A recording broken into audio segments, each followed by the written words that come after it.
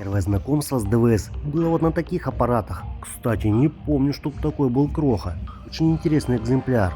Вот такой мини был у моего соседа. Мечтал, но не мог себе позволить.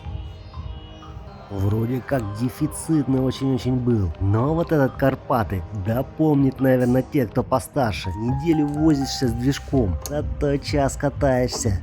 Помню, с карбюратором очень долго возился. Интересно, остались ли у кого живые? Кстати, вот эту верховину я тоже юзал. Эх, были времена. Сейчас бы переделал на электричку.